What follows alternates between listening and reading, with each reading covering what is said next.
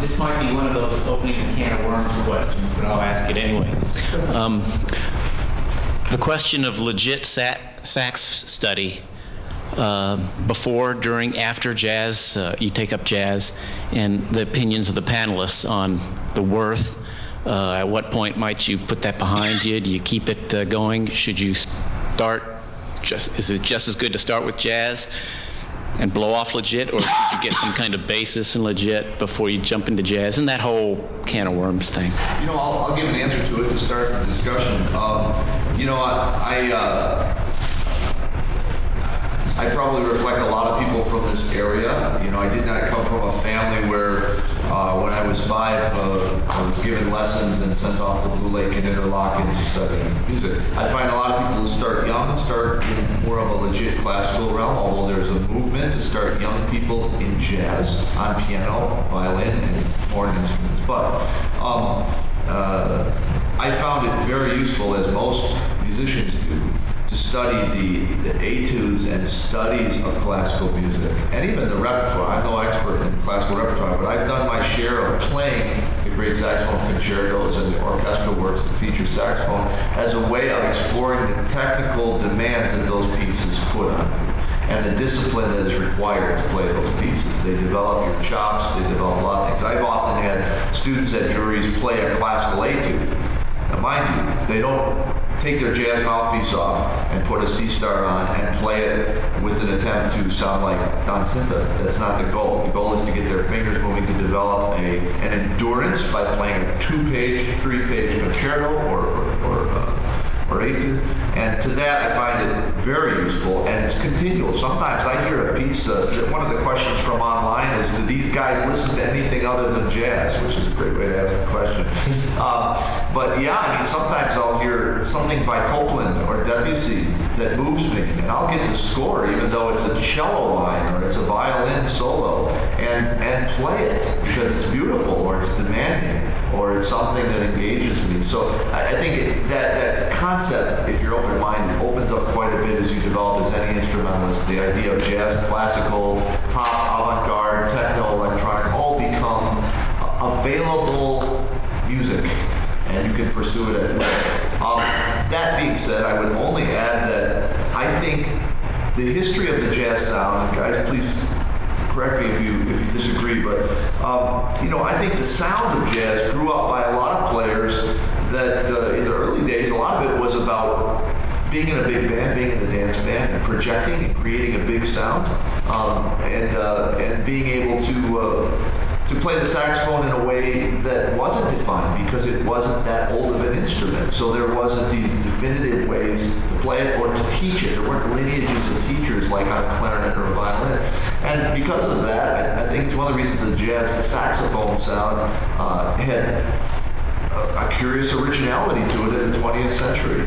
A lot of jazz saxophone players I know, old school players, they picked up the horn and they blew. And as George said, they fell in love with a Coleman Hawkins or a Lester Young, and they copied that consciously, unconsciously, I don't know. But the point is that there wasn't a defined path as there are in a lot of classical exploration. So I don't have any problem with pursuing classical repertoire, but I do believe that the jazz lineage often leads you back to players that didn't necessarily start on classical, and many jazz players don't ever really play legit classical. And I say that with due respect to our great players like Stephen Duke and Don Cinta and those that pursue that craft. There is an art. There is a discipline to the jazz saxophone, or to this classical saxophone repertoire and style that is unique and beautiful. And for just to pick up your horn and play the notes is not playing classical saxophone. It's a unique discipline unto itself. So I say all of this with due respect to that genre. So. Yeah, I could do some comment. Yes, I listen to other music style than jazz music. I studied classical flute. I love Baroque music. So I'm open to different things, but I want to follow a little bit about the history, indeed, of the saxophone. While the saxophone arrived, it was made for marching bands. Actually, the first idea of Edelsax was to make a bass instrument.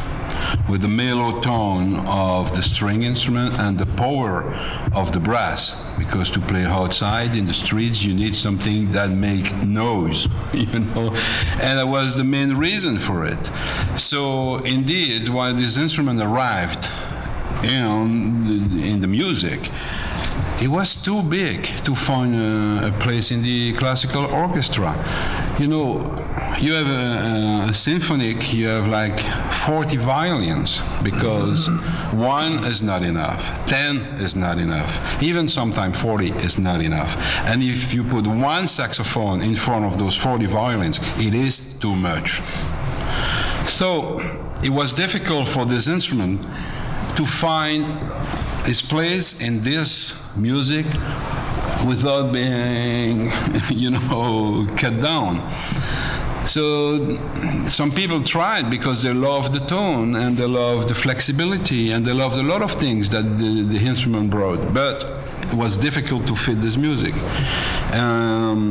It was at the same time that the jazz music came out.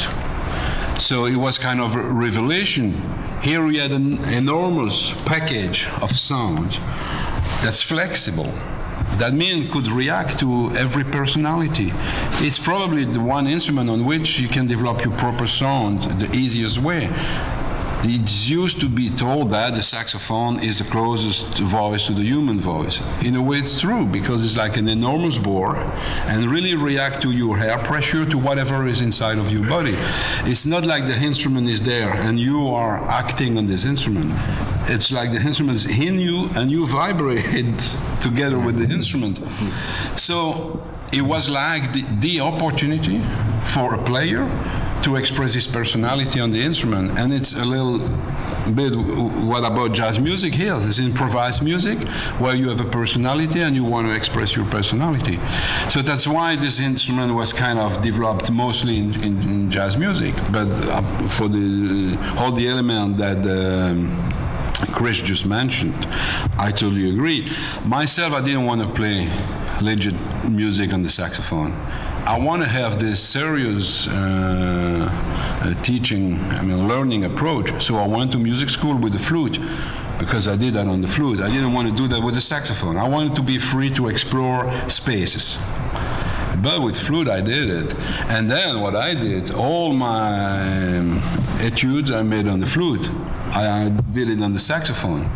You know, when I have to watch the intonation of a horn, intonation. Of course, every saxophone is out of tune, but I mean, the ability of developing a proper intonation on a particular instrument. So what I do, I play back music, big intervals, up and down, things like that. I always play classical stuff on the saxophone with a big mouthpiece, with whatever. But just to have the feeling, the way it responds, to center the note. Oh, okay, the note. Oh, this note is a little under the pitch. To figure out what is the general balance of the scale of the instrument, because the saxophone is kind of a whole package of compromises. You know. Much like the saxophonist. Yeah, but they might become, some are not. Michael Brecker wasn't. You know, probably Michael Brecker was the one who really brought this instrument to the level of the masters. You could say, this is the saxophone, you know? And he approached the saxophone that way. He had no way to go around with that. He studied, he practiced with an idea and made this thing do what he wants to do, you know? And I'm really impressed by that. So in a way, I would say the best classical saxophone player was Michael Brecker. He didn't play classical music with this, but he has this kind of approach and discipline. But it's very true that most of the saxophone players, they just want to go in different paths and open different perspectives, and that's why this is a good instrument for doing that. I wanted just to say one short thing about a beautiful experience I had 1 month ago. I played in Germany, in Berlin, with for the first time in my life, with a classical ensemble. Who is an ensemble playing the Monteverdi madrigals. madrigals, I think you say in English. And so the ensemble was composed by a clavichord, 4 strings, a soprano, singer, harp, and then the ancient guitar, the big guitar, the Tenor, but it's called in Italian, I don't know in English the name. Anyway, it was an incredible challenge for me in a way, because I never played classical music. I never had a classical training. So for me, the most important thing, the target for me was to blend my sound, my personal voice, with the sound of this ensemble, which actually sounded completely different from any kind of band I was used to play since then. I mean, even in terms of dynamics, it was completely different. I mean, played a tenor saxophone with a mouthpiece 12 star as I played, I read number 4, with a clavichord. I can tell you is a real challenging thing, because you know, they play so soft, and the control of dynamics, the range is completely different. So I think it's very interesting. Always try to put your own sound in relation with the other elements, which can be the other musicians, the other instruments, or the kind of music you are playing, or even for me the environment. I mean, for me it was very important to practice in open spaces, in the woods or in the country, even if I grew up in the town. But as I can, I go out of the town to practice in open spaces, and I think it's very important for develop a big sound, and not only a big sound in terms of volume, but in terms of control of dynamics, and put your own sound in relation with all the sound and the noises of the natural environment. And I just point out, since we have such a mix of instruments here, all of these concepts I think apply across the board on just about any instrument there is. The subtlety, even talking to a piano player, the subtleties of tone and producing an individual sound on something as detached as a keyboard is an in-depth discussion for most pianists.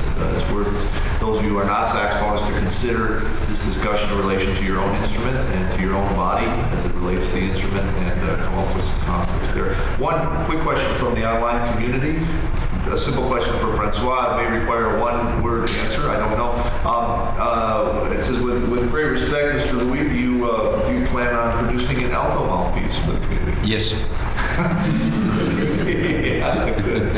How about soprano? Yes. Yes. Yes. Just one quick thing, considering again this question, if some of us is listening to other kind of music. Yes, it's the same for me, but it's like I always say, when you have to choose a saxophone to play, you have to choose the best saxophone for you, so please test as many as you can and decide which is the best for you. I choose to listen more to jazz music just because I like it, but I like to listen to classical music too, and I believe by meeting players in our factory that things are changing, but in between classical and jazz world there are some kind of barriers that I would like to be put down, and these two worlds to work together because I think that working together we can only bring something new and very fresh and creative to the saxophone world. And maybe the world of jazz, I mean, I like to believe the world of jazz is at a point in evolution where jazz is becoming a world music, and it's opening itself, as it always has been open, but even in a more sophisticated way, to mixing and mingling with existing genres to create something new. My personal experiences in the world of traditional Irish music, given my family background, I visited there once and often thought of Irish music as little dance things and guys in little outfits doing their business. And I went to a pub, a dear friend of mine took me to a pub in Westport for a jam session there. And I walked in and there were about 3 fiddle players, 3 or 4 flute players, a couple bodhrán players, and a button accordion player. And I couldn't believe what I was hearing.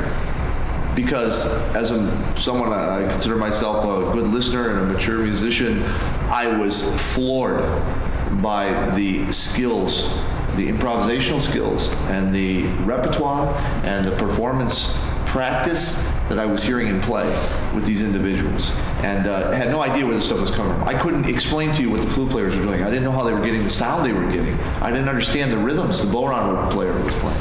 It was a complete and utter shock to my system that this music, which is so old and so related even to me as an individual, was completely unfamiliar and shocking to me on many levels. So I began to pursue it and began to understand the basis of that particular music, and in many ways learned from the techniques of this ancient musical form.